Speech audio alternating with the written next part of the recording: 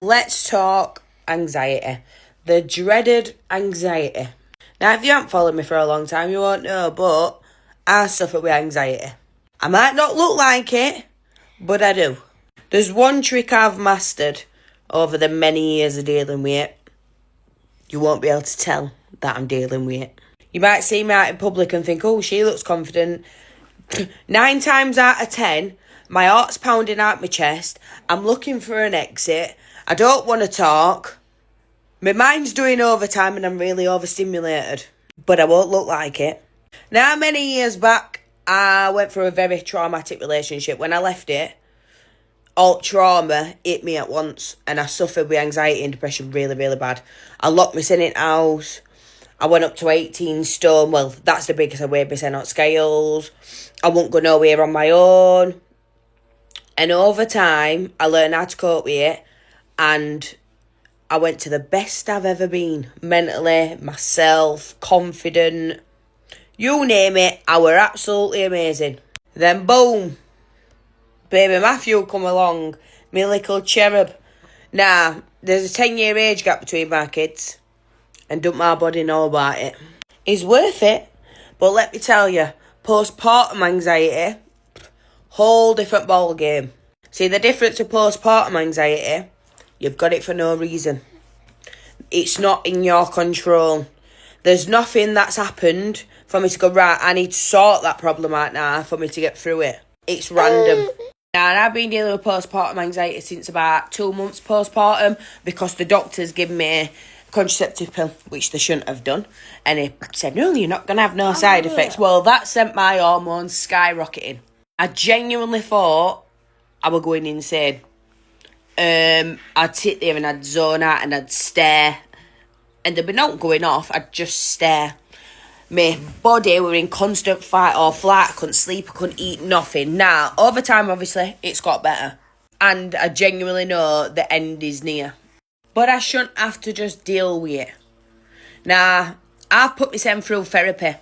I'm only in early stages of it, but I chose to do that myself. Because when you go and speak to a doctor, first thing they do is, here's some antidepressants. I didn't want them. Do you know why I didn't want antidepressants? Because they gave them me years ago. I were on antidepressants for 5 years. Strongest dose, highest antidepressant they could give me. And it made me worse. And I'm not saying for you not to take them. I'm not advocating that.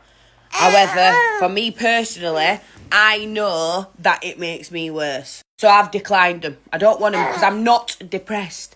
I've just got anxiety. Now, this is the problem. Anxiety and depression work very closely together. Yeah, they do, don't they? Blah.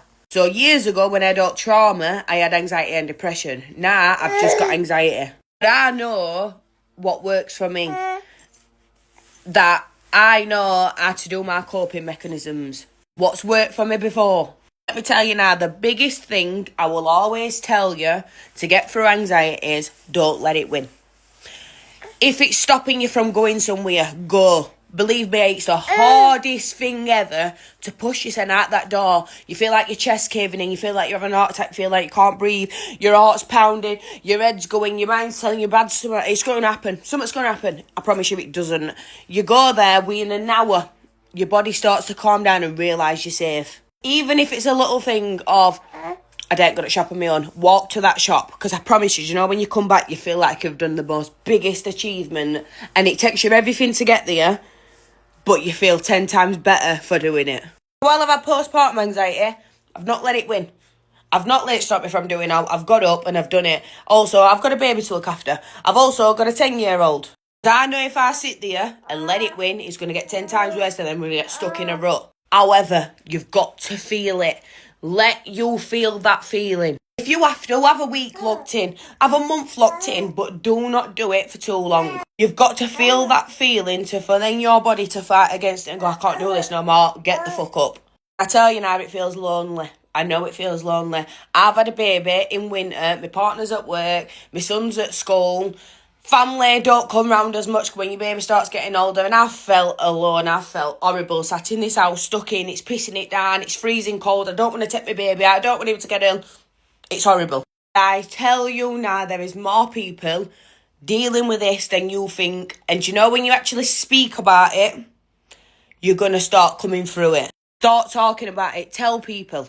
It's not a bad thing that you're dealing with something. It's a good thing. Your body can't be happy 24/7. You've got to go through all these challenges in life. But holding it in and keeping it to yourself is just going to bottle it up. Your body's going to get even more tense. You're clenching your jaw. You can't breathe. It's horrible. Do you know, if you're telling, just speaking about it, it feels like a weight's coming off your shoulders. So when you're feeling alone, just remember there is more people going through this than you think. Yeah, there is, isn't there, darling? This poor babby, when I first started dealing with it badly, I just sit and cry to him every day. He didn't have a jar of glue what's going off. I bet you thought I went a nutter, didn't you, darling? This is your daily reminder. Get up and do something. Clean your house. It will fester sitting in a dirty environment. Mine is always the same, and this is what I dealt with years ago.